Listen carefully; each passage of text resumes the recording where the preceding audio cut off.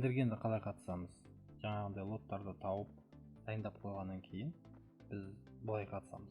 Мысалға, мына тендерге кіріп көрейік. Лотыға өтеміз. Лотының ішінде жаңағы канцелярский ручканы табамыз. Бұл жерде біреу. Және міне екіншісі тұр, ручка канцелярская. Және тағы да бар. Міне мынаған қатысып көрейік. Ол үшін, мына ручка канцелярская қатысу үшін оның техникалық сипаттамасын оқуымыз керек. Қандай ручка қажет екен. Бұл жерде мына соңғы 4 цифра 6828 дегенді естеріңізге сақтап, жоғары жақта документацияға өтесіздер. Осының ішінде техническая спецификацияға перейти деген кнопканы басып, жаңағы тендерді тауып аламыз. Тез табудың жолы, мысалы Ctrl+F-ті басатын болсаңыздар, мындай поиск шығады. Осы поискіге жаңағы тендеріңізді жазсаңыз болады, номерін 6828. Жылдан табуыңызға болады. Осы тех спецификацияны жүктеп алғаннан кейін, мұнда бірінші бетте қазақша болады, екінші бетте орысшасы болады. Қайсы ыңғайлы болады, сол бойынша қатыссаңыздар болады. Кей кезде болады, мына қазақшасы орысшамен сәйкес келмейді. Сонда қайсын бірінші негізге аласыз, онда қазақшасын аласыздар. Егер техникалық сипаттама түсініксіз жағдайда, онда осы организацияның осы мекемеге хабарласып, осы заявканы кім берді, сол кісінің телефонын алып хабарлассаңыздар болады. Қандай тауар беріп жатқан жөнінде. Егер техникалық сипаттама қате толтырылған болса, не болмаса түсініксіз жағдайда. Бұл жерде неге көңіл бөлеміз? Ең басты, бұл жерде біз техникалық сипаттама мына жерде жазылып тұрады. Описание и требуемые функциональные технические качества деген жерде осы нәрсеге көңіл бөлесіздер. Қандай ручка беріп жатқанын. Және бұдан бөлек, мына жерде описание лота, дополнительное описание лота, осыған да мән беріңіздер. Кей кезде мына жерде толық жазылмайды, мына жерде де кей кезде жазылады. Осыған да мән бересіздер. Осыны да сұрайды. Егер мына жерде дұрыс жазылмаған, қате жазылған, не болмаса, мына жерде толық жазылмаған болса, мына жерге осы нәрсені жазып қояды толық болып. Дополнительное описание лота. Сосын тағы да мән беретін нәрсе единственное измерение. Мына жерде ручка шариковая 500 штук беріп жатқан болса, кей кезде болады 500 упаковка береді. Мына жерде упаковка деген сөз болатын болса, яғни мына жер төмен жағында қанша упаковкаде саны бар, сол туралы жазылады. Упаковкада неше штук екені жазылады мына жерде. Осы нәрсеге қатты мән беріңіздер, мына единственное измерениеға. Оған қатысу үшін біз бірінші доступные действия, создать заявку дегенді басамыз. Сосын адресімізбен банк счетымызды таңдаймыз да, далені басамыз. Енді жаңағы ручканы тауып аламыз. Ол ручкамыз бірінші бетте жоқ болса, онда екінші бетке өтеміз. Екінші бетте ол ручкамыз жоқ болса, онда үшінші бетке өтеміз. Егер бар болса, мына ручка, онда осыны белгілейміз. Добавить выбранное дегенді басамыз. Егер сіздерге тағы да қажет болатын болса, қатысатын тендерлердегі мынау ручкаға, тағы да тетрадь, скоросшивательге қатысатын болсаңыз, әрқайсысын белгілеп шығасыздар, қажетін ғана. Добавить деген кнопканы басқан кезде, мына жерге сіздерге жиналады. Бірнеше, мысал қараңыздар. Добавить дегенді бассақ, бізде төртеу болды. Төртеудің ішінде мына тетрадь, ручка, скоросшиватель бар. Енді осылардың бәріне қатысатын болсақ, далее кнопкасын басамыз.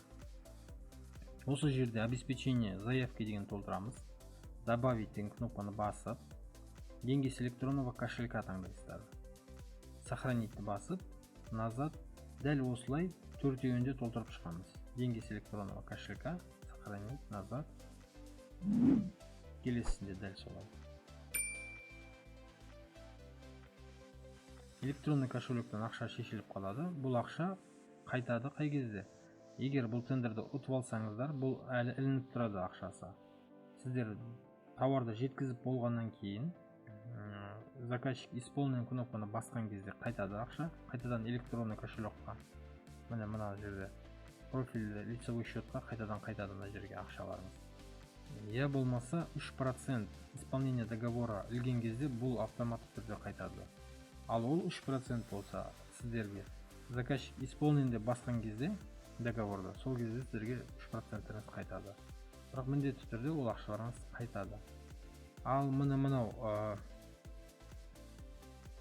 описание товара деген жерге добавить деген кнопканы басып, наименование товара, завод-изготовитель, страна происхождения толтыру әлге қазіргі уақытта міндетті емес, сохранить басып салсаңыздар болады. Келесінде сохранить, үшіншісін және төртіншісін сохранить басқаннан кейін вернуться заявку дейсіздер да, далее кнопкасын басып бағаларыңызды бересіздер. Мысалға мына жерде біз тестовый болғандықтан өз бағаларын бере береміз қазіргі уақытта. Мына ручка канцелярский, егер бұны қалай есептейсіздер, мынаны өз бағасын береміз. Мына ручка канцелярский бағаны 35 теңге тұратын болса, мысалы бұл ручка 35 теңге тұрады, бағасы көбейтеміз 500-ге, 17500, қосымша 2500 теңге жол доставка кетеді.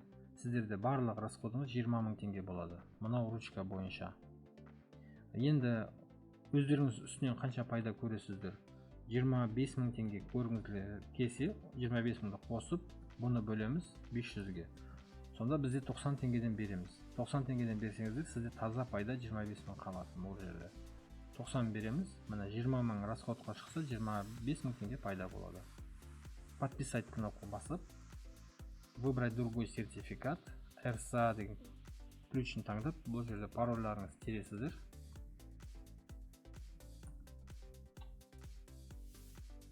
Сосын бұл бағалар сіздерге көрсетілмей тұрады. Егер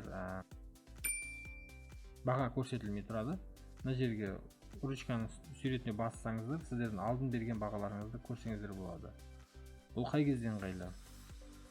Бағаны қайта тексергендеріңіз жөн болады, дұрыс бердім ба деп. Кей кезде болады, мынау 149 теңгеге 90 теңге беремін деп, 9 теңгеде беріп қалуыңыз мүмкін, қателікпен. Сондықтан үнемі тексеріп отқанда дұрыс. Заявканы берердің алдында осы баға бергеннен кейін қайтада тексеріп алғандарыңыз дұрыс болады. Далее кнопкасы басамыз. Енді осы жерде екі подтверждаю ценомен және келісімшарттан келісемін деген галочка қоямыз да, подать заявкуды басып келісеміз. Міне, енді бұл лоттарды көретін болсаңыздар, сіздерде міне подано болып тұр, тетрадь 4 бойынша.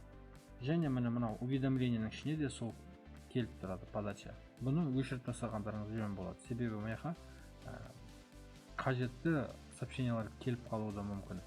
Сондықтан бұны үнемі жасылығып тазартып отқан дұрыс болады. Мои заявкаға кіретін болсақ, бағанағы біздің бергеніміз, міне Восточный Казахстанский область 4 лот бойынша бердік. Бұл ертең сағат 1 күннен кейін сағат 8:34-те итоғы шығады мына товардың. Кім ұтады, сол кезде белгілі болады. Ұтқан адамға келісім шарт келеді. Келісім шартты толтыруды келесі сабақтарда үйренеміз.